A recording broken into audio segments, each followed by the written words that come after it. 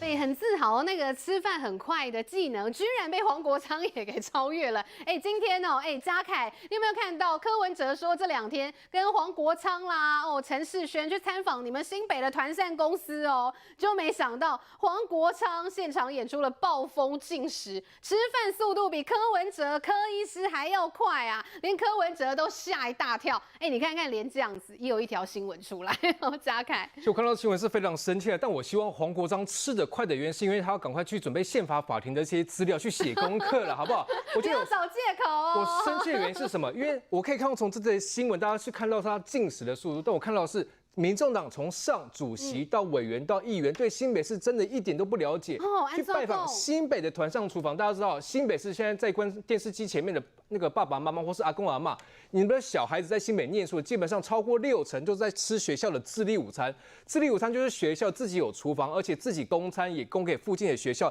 已经很少，不到一半的学校才是吃，因为你环境不够，才是叫外面的团膳厨房。所以你要看也是去学校去吃自立午餐，怎么会看我们还在小时候在吃的团膳午餐？所以第一个嘛，你对新北根本不了解，所以你结果还在选新北市长，难怪上礼拜柯文就说了啊，县市长有就有，我们议员才是我们的主力。不过看起来你们议员对新北市也很不了解啊。所以我说了嘛，现在民众党，我觉得你这些所谓的不分区啊，或是你的备位立委们，都是应该在担心说，会不会哪一天2026。柯文哲叫我辞职，叫我去县市选议员啊，这才是你们要担心的点啊，对不对？选市长可能选不上，但是选议员，我相信还是绰绰有余。但是真的，我必须说了。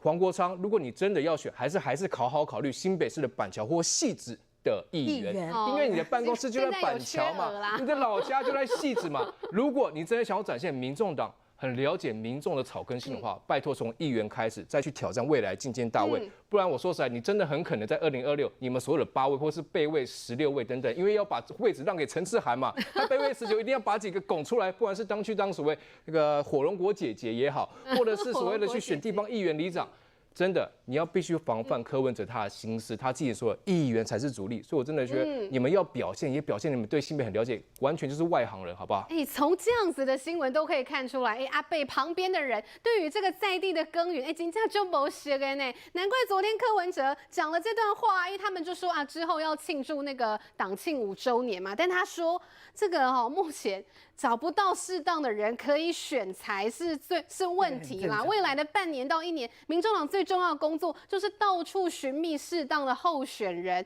阿伯已经成立这个政党5年了，可今嘛找不人才吗？他上一次在选举的时候，其实就是捞蓝绿哈，这个找不到地方选啊，所以才去依靠白银啊才选的人啊。那上一次选，其实全国也选的没有很好，那还被大家这个当时还揶揄了一阵啊。可是现在呢，阿伯是更可怜呐，我给各位看啊。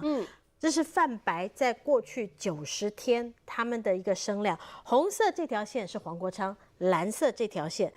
紫色了哈，这条线是柯文哲。你看看黄国昌自己 prepare 叫，一直叫，然后都已经不停的下垂，然后你看到柯文哲更是下滑到一个这个真的相当惨烈，这是90天，你就可以看平均的低耶。对，那黄国昌还有这个异军突起的时候，但是黄国昌这个一下垂的这个幅度啊，它的这个坡度也是蛮陡的哈。所以这到底呈现的是什么？呈现的是民众党在他8席的立委，他在立法院里面不出席，或者是黄国昌昨天在宪法法庭上面，也跟这个所有的大法官讲啊，没有用啊，我们就不出席，我们出席也没有用啊，那就是因为没有用。可是不要忘记，你们之所以会有8席的立法委员，是因为在1月13号的时候有300多万的小草，当时相信阿伯，当时相信你黄国昌，所以把他们手上珍贵的那张政党票投给你们。可是你们从今年的2月1号一直到现在的这个表现，你们却是让大家所失望的，让那300万所蒙羞的，让很多的小草现在会变成回头草，这是问题根源的所在。对，阿伯啊，前几天还在那边讲说，这个民众党5年了，然后他们从当时的100个党员呢，然后到现在不知道几万党员，但是我就问，当时的那100位党员。我问你，柯文哲还剩多少人在你民众党中？这是关键呢，对不对？糟瓦这葛雷斯跑了吧，被你们开除了嘛哈。张义善跑了吧，也被你们退党嘛哈。那个还有蔡壁如啊，486也是。然后还有这蔡壁如也说了，他说这个要他回去选党魁恐怕很难。所以是为什么？造成你当时你自己还挂在嘴边，你那100人众在5年前站在你身边，甚至于还帮你送上民众党的这个起草的相关的这些的条例，送到内政部申请核定下来的民众党，为什么他们都跑光光？你应该要先跟大家解释，你不用跟我们解释也没关系，你应该在午夜梦回的时候好好想想。